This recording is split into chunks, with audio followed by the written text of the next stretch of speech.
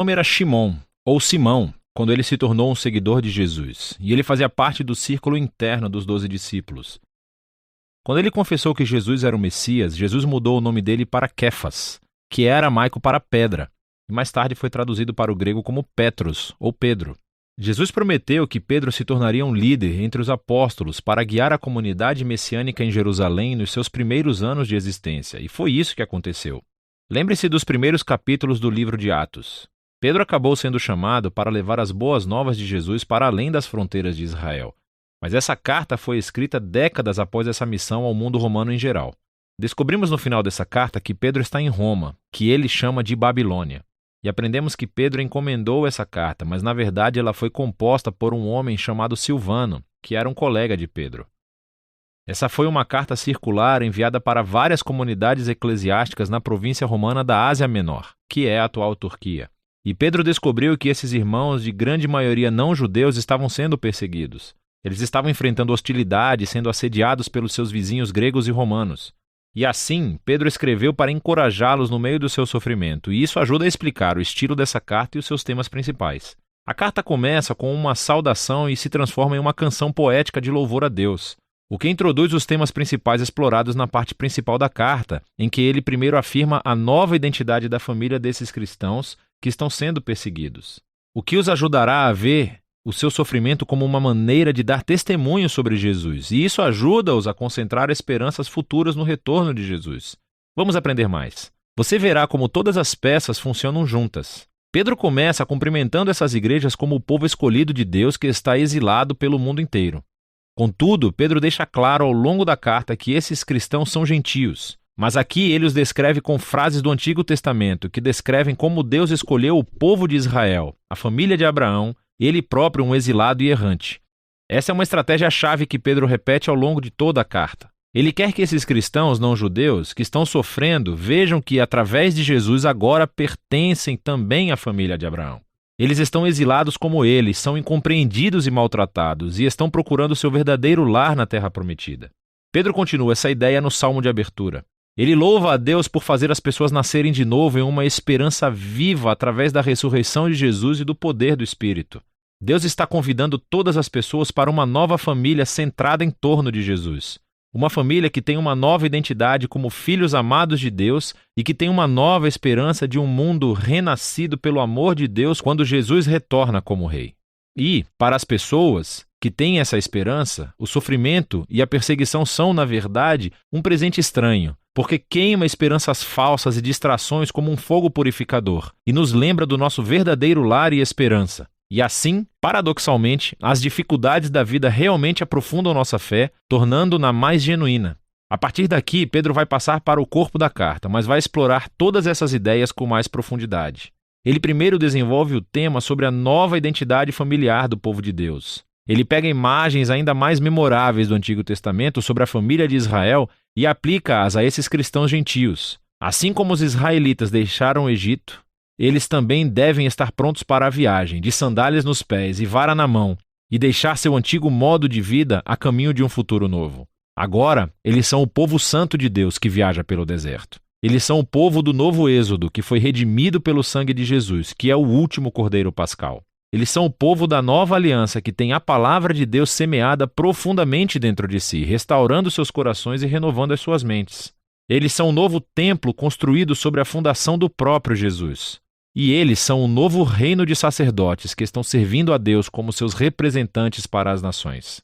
Agora, aplicando todas essas imagens incríveis a esses cristãos gentios perseguidos, Pedro está colocando seu sofrimento dentro de uma nova história e isso leva à próxima sessão.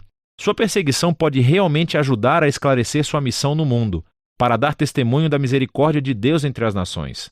Então, Pedro primeiro os encoraja a se submeter ao domínio romano, mesmo que seja opressivo. Sim, ele reconhece sua perseguição, seu sofrimento é injusto, mas a resistência violenta não resolve nada.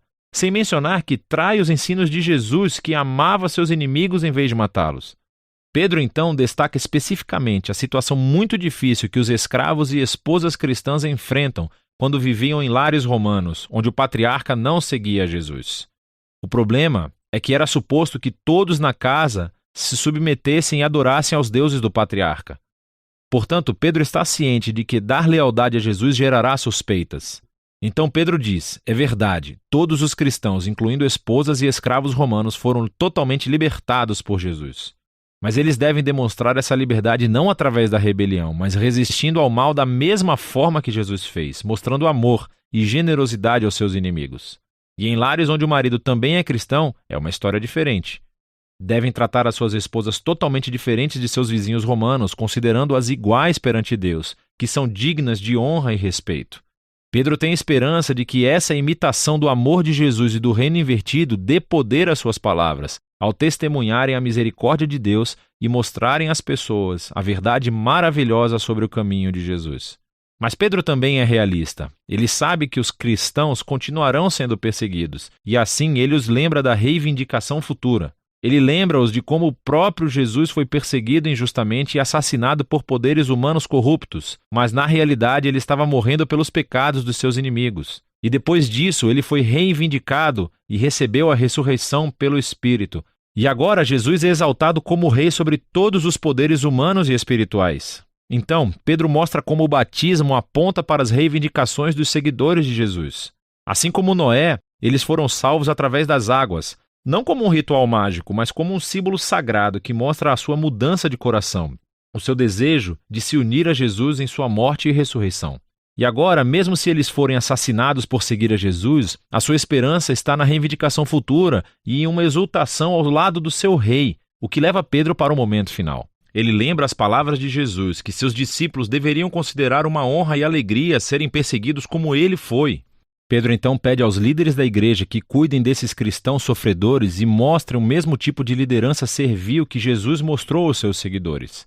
E finalmente, Pedro lembra esses cristãos sobre o verdadeiro inimigo que eles estão enfrentando. Essa hostilidade não é simplesmente cultural ou política. Existem forças obscuras do mal espiritual no comando, que inspiram o ódio e a violência. E eles devem resistir a esse mal permanecendo fiéis a Jesus e aos seus ensinamentos, e antecipando o seu retorno e vitória final sobre esse mal. Pedro conclui com uma oração pela força divina e envia uma saudação à igreja em Roma, que ele chama de Babilônia. Isso é bem legal. Pedro está adotando aqui a tradição dos profetas do Antigo Testamento, para quem o nome Babilônia tornou-se o arquétipo para toda e qualquer nação corrupta. E assim Roma tornou-se a nova Babilônia, e o seu império é onde o povo de Deus está agora exilado de seu verdadeiro lar, na criação renovada. A primeira carta de Pedro é um poderoso lembrete da esperança cristã no meio do sofrimento. Desde o início da sua criação, o povo de Deus tem sido uma minoria mal entendida, e eles devem esperar enfrentar hostilidade porque escolheram viver sob o governo de um rei diferente, Jesus. No entanto, a perseguição pode se tornar um presente estranho para a igreja, pois oferece uma oportunidade de mostrar aos outros a surpreendente generosidade e amor de Jesus, alimentados pela esperança do seu retorno. E é isso que 1 Pedro explica.